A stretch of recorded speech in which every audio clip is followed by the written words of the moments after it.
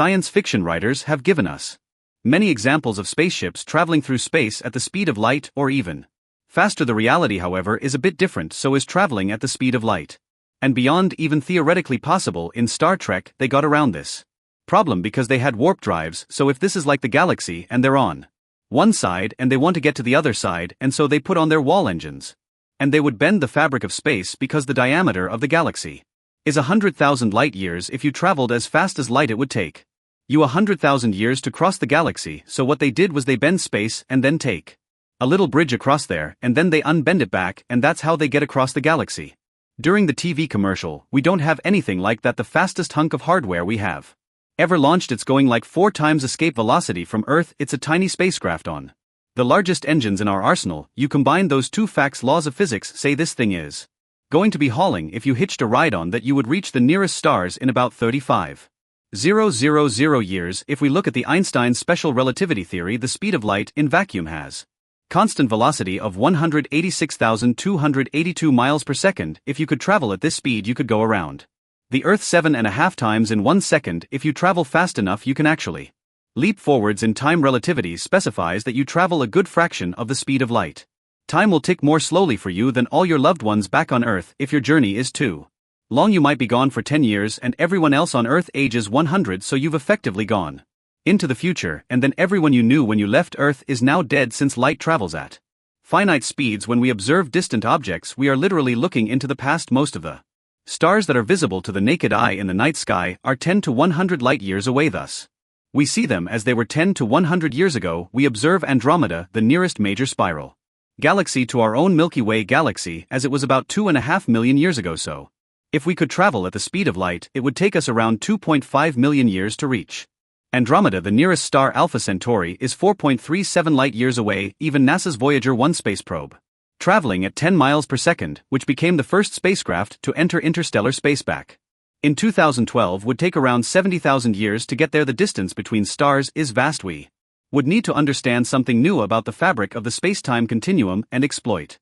that in order to expect to travel to the stars. So of course, in real life, if we want to be able to live the life of science fiction and travel to other stars, how might we actually do it?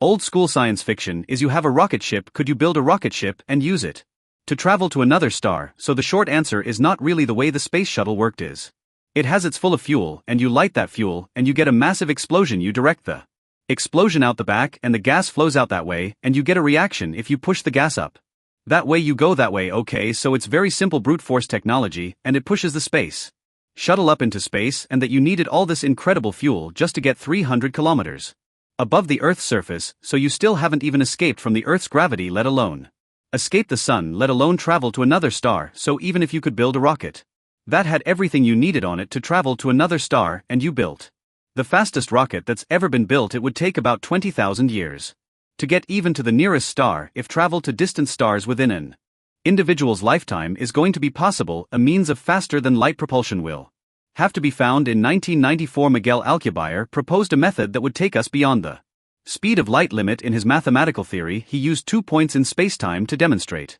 the expansion and contraction of space fabric. The idea of Alcubierre's theory is that we could use this spacetime warp to make an object travel faster than light. This theory is also known as Alcubierre drive. Shift space around an object so that the object would arrive at its destination more quickly than light would in normal space without breaking any physical laws. Instead of going faster than light, the spaceship would remain stationary at a time in which the space in front of it is moving faster than light. The ship would effectively ride the supersonic wave to get to its destination without exceeding the speed of light. It was postulated that this warp drive would require a negative energy or exotic matter, thus making it practically impossible to achieve under the current laws of energy and thermodynamics. The other problem with this theory is that the spacetime warp would damage any planets or stars it passed near. The energy released by the warp drive could be strong enough to rip nearby planets apart or even trigger the formation of a black hole at its destination. In March of 2021, Dr. Erich Lenz, a researcher at Germany's University of Gothenburg, published a paper where he showed the existing research and claims to have discovered gaps in previous warp drive studies. Lenz noticed that there existed yet to be explored configurations of spacetime curvature organized into so-called solitons that have the potential to solve the puzzle while being physically viable. He believes to have found a way to permit super-fast travel by creating a series of solitons that can provide The basis for a powerful propulsion system, these solitons in theory could maintain their shape and move at constant velocity using sources with only positive energies that can enable travel at any speed. Several other attempts and hypotheses have been proposed in the past to explain the long-standing problem of faster-than-light travel. Einstein's theory of special relativity states that energy and mass are interchangeable and speed of light travel is impossible for material objects.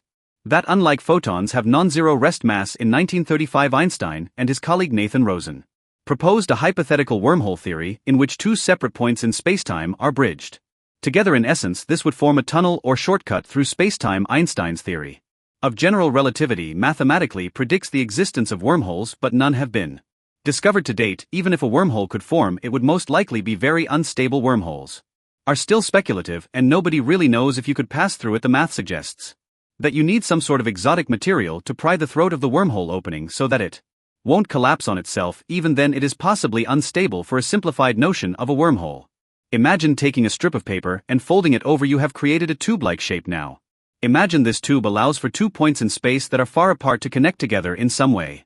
This is how a wormhole could theoretically work in a new theory. Physicists at the University of Oldenburg have shown that microscopic traversable wormholes could exist without having to rely on exotic matter or a new theory of gravity. Their model permits the existence of a wormhole traversable by matter provided that the ratio between the electric charge and the mass of the wormhole exceeds a certain limit. However, this type of wormhole, as postulated by the researchers, would probably not be suitable for interstellar travel. There are many bizarre theories that have become reality over the years of scientific research. However, faster than light travel, although an interesting and creative idea for science fiction for the near future, remains just a dream. Thanks for watching. Did you like this video? Then show your support by liking, subscribing, and ringing the bell to never miss videos like this.